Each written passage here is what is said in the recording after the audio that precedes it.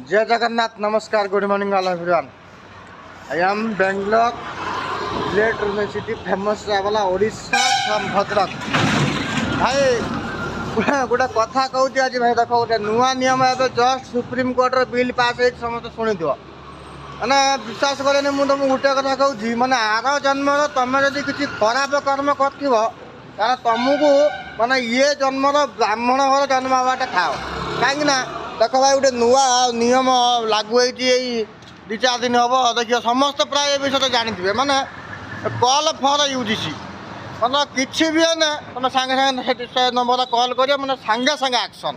बुझीपार मैंने विश्वास करे नहीं माने मु चिंता कर मैंने परवर्ती स्टेप माने लोक ब्राह्मण घर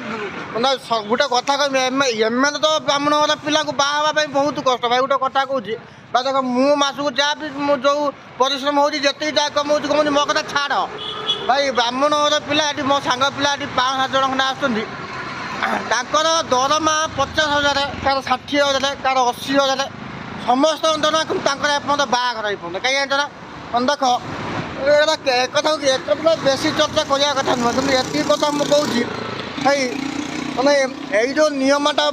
बाहर जो यहाँ संपूर्ण भाव विरोध करवा दरकार ना भाई देख माने तुम सांगर माने जेनेल पिला जी रही मैंने आम ब्राह्मण घर पिला कथा कहूँ छाड़ मु तो पाठशाठ पढ़ना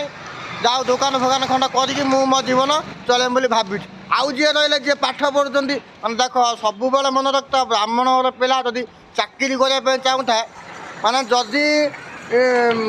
100 मार्क अच्छी पूरा 100 मार्क आने पड़ो नन तुमको चाकरी ना कि ना माने विश्वास करे नहीं यही जुगुरु माने काली ना पहरन गोटे पिला किए गोटे माने आत्महत्या करदे काल गोटे रिल्स भाइराल देखियो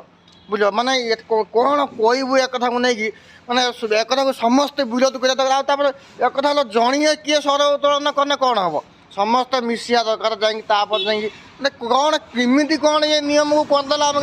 जानी होने भाई शुण सीधा कथा कहूँ देख सुप्रीम कोर्ट ऑर्डर बुक तो कहीं माने काटी पारे नहीं विरोध कर तेणुक विरोध कर भाई मैंने जी मैंने काली पद मो सांग पिला सब जहाँ भी है ब्राह्मण पिला मैंने आम कौन कहू माने भारी से कथा शुणिकी ना आम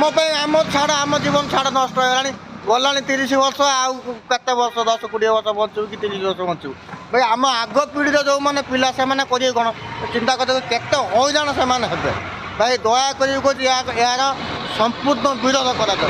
नमस्कार।